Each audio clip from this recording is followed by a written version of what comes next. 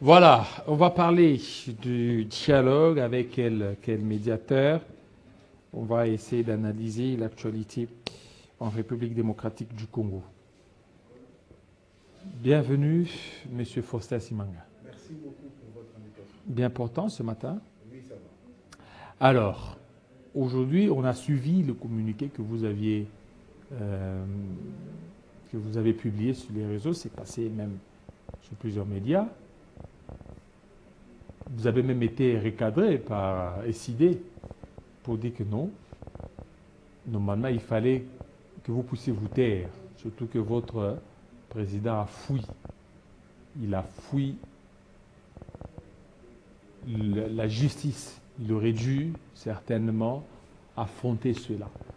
Et il ne fallait pas que vous puissiez prendre ce communiqué-là comme pour accuser que la Mouka s'est ralliée derrière le chef de l'État, Félix Tshisekedi. Vous imaginez, il serait possible dans une république qui se veut démocratique, qu'il y ait des Congolais qui pensent qu'ils ont le droit de demander aux autres de se taire. De quel droit la Mouka pourrait demander au LGD de se taire? Le LGD, c'est un parti politique totalement indépendant des groupes politiques qui sont en train de faire les lits de la balkanisation. Le LGD, c'est un parti politique qui prend le leadership et la gouvernance de qualité, vous ne l'avez pas oublié. Nous avons fait cette déclaration politique justement pour alarmer la communauté nationale et internationale sur les risques qu'il y a sur ces prétendus fronts pour la patrie. Ces prétendus fronts est en train de faire les lits de la balkanisation. C'est encore un projet, c'est pas encore effectif. Non mais écoutez, c'est un projet. Mais l'idée, il faut parfois l'étouffer dans l'œuf quand il est dangereux.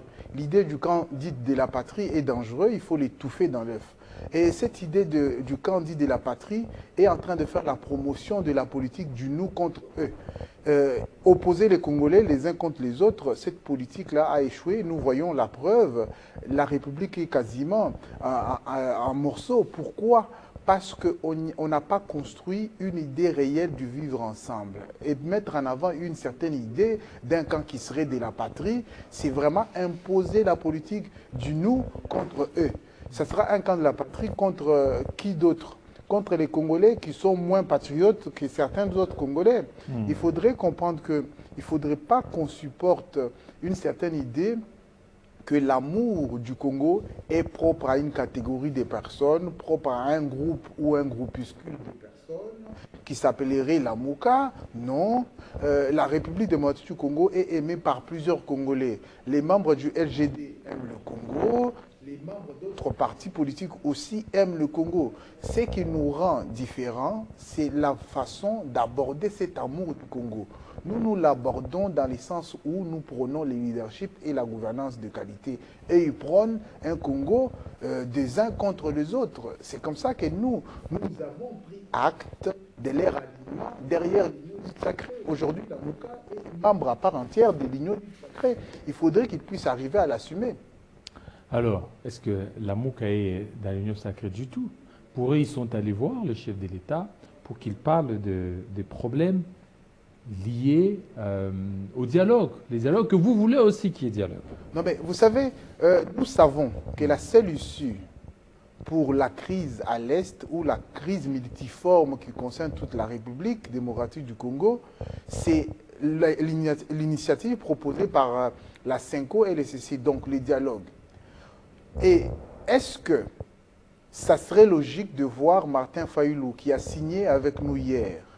Il a signé avec nous pour dire que les problèmes du Congo, c'est Félix Tshisekedi Tshilombo, président de la République actuelle. Quelques jours après, il demande, ou il demande même d'être reçu par le même Félix Tshisekedi Tshilombo, qui est les problèmes selon lui, selon plusieurs communiqués qu'il a signés.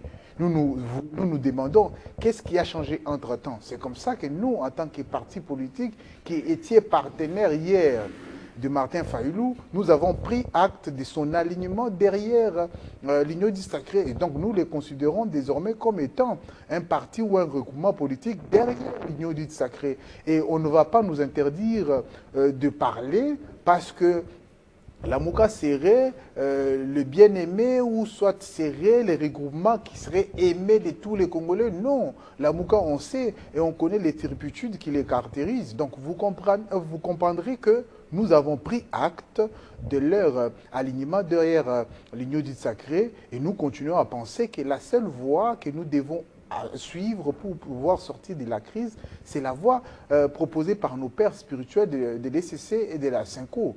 Donc, comme dans notre République, il y a un déficit du leadership et de gouvernance, et il y a aussi, on ne le dit pas assez, il y a des détournements qui sont devenus des sports nationaux. Les détournements et les sports nationaux aujourd'hui, rendus comme tels par l'Union dite sacrée. Et c'est ça qui cause les lits ou qui plante les décors de la balkanisation. Donc vous comprenez qu'il faudrait faire attention à ces pratiques. Et mettre en avant aujourd'hui l'idée d'un camp dit de la patrie est dangereux pour la République. Oui, c'est camp dit de la patrie, c'est camp qui veut qu'il y ait un dialogue. Dialogue sous la médiation de la SYNCO et CC. Pourquoi le combattre? Écoutez, très cher David Kilolo, nous ne combattons pas les Congolais qui veulent la paix. Mais pour être sincère dans une certaine logique, il faut qu'il y ait une cohérence. La cohérence voudrait que Martin Fayulu vienne dire à ses partenaires de l'opposition pourquoi il a choisi d'échanger de posture.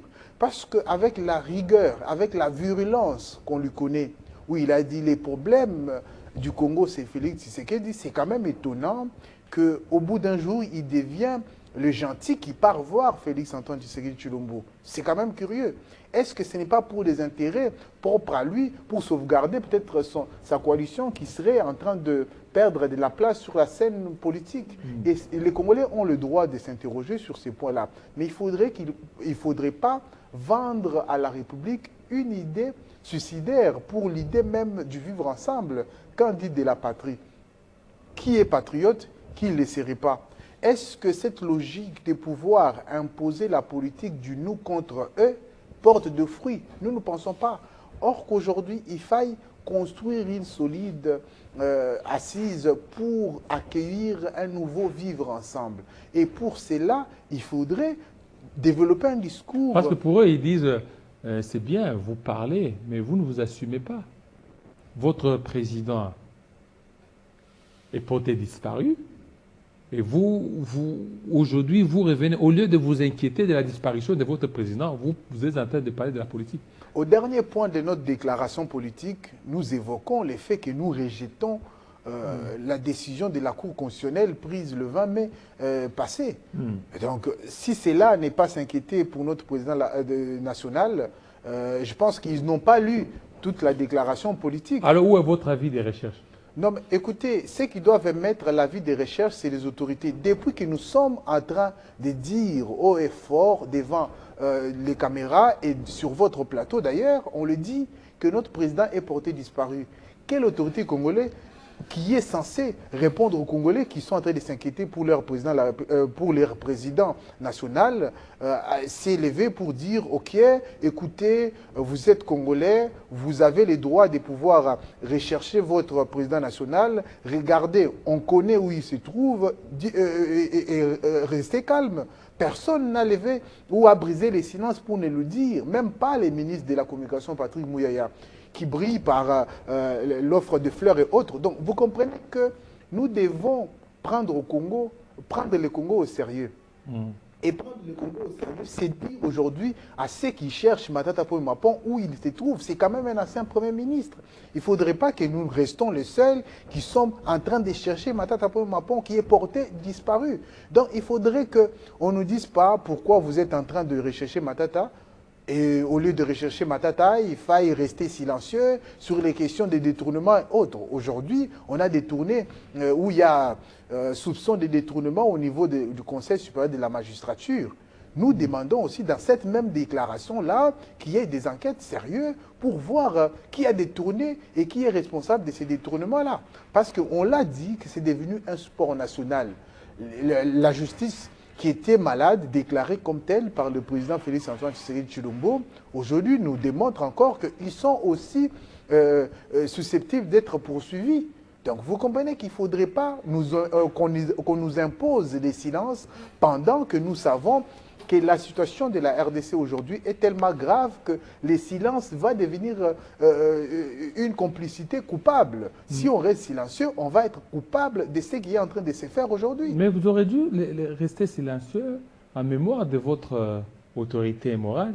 Porté disparu, est-ce qu'il est en vie ou est-ce qu'il est mort? Vous ne savez pas. Il peut être mort. Non, mais écoutez, tant qu'il n'y a pas de certitude de son état, nous continuons le combat. Vous savez, le leadership... Est-ce qu'il est en vie? Le leadership, nous le croyons. Nous le croyons qu'il est en vie. Et il est en vie à travers nous qui parlons aujourd'hui. Il est en vie à travers tous les Congolais qui croient au combat de Matata Poi Mapon. Matata Poi Mapon a donné au Congo une sémence qui ne va pas tarir. Cette sémence du leadership et de la gouvernance des qualités. C'est comme ça que nous continuons le combat. En étant touchés, nous continuons à marcher. Parce que nous savons qu'on ne peut pas laisser ces pays sombrer. Et si on ne fait pas attention, nous allons arriver à une certaine balkanisation. Et ne pensez pas que c'est loin. Et ceux qui sont aujourd'hui en train de composer un camp dit de la patrie sont en train de faire les lits de la balkanisation. Il ne faudrait pas nous dire, les LGD, taisez-vous, puisqu'on a assassiné politiquement votre président national, vous devrez vous taire. Non, nous n'allons pas nous taire, nous allons continuer à militer parce que nous croyons que l'idée du leadership et de la gouvernance de qualité, c'est ça l'idée salutaire pour la République. Il ne faudrait pas qu'on puisse nous dire « Ok, on vous a contenu dans des cases, restez-y. » Non, nous n'allons pas rester dans les cases concoctées et fomentées par l'union dite sacrée. Nous allons sortir des cases, nous allons continuer à militer, à imposer les leaderships de qualité s'il est faut, parce que le peuple congolais est déterminé de voir ces pays se développer grâce au leadership et la gouvernance de qualité. Voilà, grâce au leadership et gouvernance des qualités, ce qui se passe. Mais non, la situation telle qu'elle se présente, Constant Moutamba, Nicolas Kazadi, la justice est en train de faire son travail. Écoutez, la justice reste quand même sélective. Aujourd'hui, nous voyons que le ministre Moutamba, et je ne pense même pas qu'on devrait encore l'appeler ministre parce qu'il est contraint de démissionner. Jusqu'à demain, il ne serait plus ministre si la loi est respectée, bien sûr. Tout ça, c'est à cause, quelque part, de ses méthodes, de sa façon de faire. Parce que vous savez, les écrits auxquels nous sommes attachés, notamment les écrits de la Bible, disent que celui qui tue par l'épée périt par l'épée. Aujourd'hui, est-ce que ce n'est pas cette réalité-là auquel il est confronté aujourd'hui? Donc, il faudrait savoir, quand on agit d'une certaine manière, le karma. Le karma, qu'est-ce qu'il a fait de mal, lui? Non, mais écoutez, ce n'est pas à moi de dire qu'il a fait, qu'est-ce qu'il a fait de mal ou qu'est-ce qu'il a fait de bien. Je pense que maintenant qu'il est face à cette justice avec laquelle il était en train d'instrumentaliser l'unité nationale, il a participé à la fragilité de l'unité nationale, il devrait répondre face à cette justice-là et lui voir en prison serait aussi justice parce qu'il y a des soupçons sérieux de détournement. Il faudrait que la loi puisse s'appliquer. Et si aujourd'hui on avait appliqué la peine de mort, j'imagine, il prenait la peine de mort pour les détourneurs des biens publics. Il se retrouve être accusé de détournement. Et imaginons si la peine de mort était appliquée. Vous comprenez? Donc il ne faudrait pas considérer que quand on est dans une position de force ou une position de gouvernance ou une position de pouvoir, il faut piétiner les autres Congolais. Non. Il faudrait raison garder, même si vous avez aujourd'hui l'habit des ministres ou l'habit du président de la République.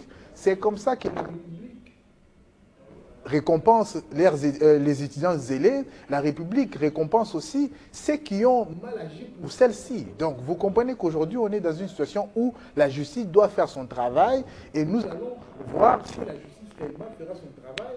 Et il y a des personnes qui ont été soupçonnées détourneurs, mais qui... Et Nicolas Kazadi, lui, il est indemne, sauvé. Vous savez pourquoi? Il est membre de l'Union dite sacrée. Il est de l'UDPS. Oui, précisément. C'est ça qu'il a sauvé. sauvé. L'UDPS protège ses siens. Mais c'est clair. Comment vous expliquez qu'après autant de déclarations, après autant de détournements, parce que c'est un père des familles, on le laisse. Voyez-vous? Donc aujourd'hui, pour être protégé par la justice, il faut être membre de l'UDPS ou membre de l'Union dite sacrée. On l'avait dit, si vous n'êtes pas membre de l'Union dite sacrée, la justice fera le travail politique pour pouvoir vous écarter. Le ministre Moutamba n'est pas membre de l'Union dite sacrée. Matata Paul Mapon n'est pas membre de l'Union dite sacrée. Vous savez comment la justice s'est occupée d'eux? En instrumentalisant les faits judiciaires, en instrumentalisant les lois pour pouvoir les écarter politiquement. On a la preuve qu'aujourd'hui, tout ce qu'on est en train de dire, que pour être protégé, il faut être membre de l'Union dite sacrée, c'est vrai. Comment ça se fait que Nicolas Kazadi n'est pas inquiété? Les députés n'ont pas levé des immunités, même pour Moutamba, on a levé. Allez-y comprendre que c'est une question d'appartenance ou non à l'Union dite sacrée. Voilà, appartenance à l'Union sacrée. Merci beaucoup à vous, surtout de votre passage à notre tranche matinale pour nous éclairer sur votre dernière sortie médiatique, le parti politique, qui a dénoncé beaucoup de cas ici à Kinshasa. Peut-être on n'a pas eu le temps de revenir là-dessus, les braquages et autres. Merci beaucoup. Merci beaucoup pour votre invitation.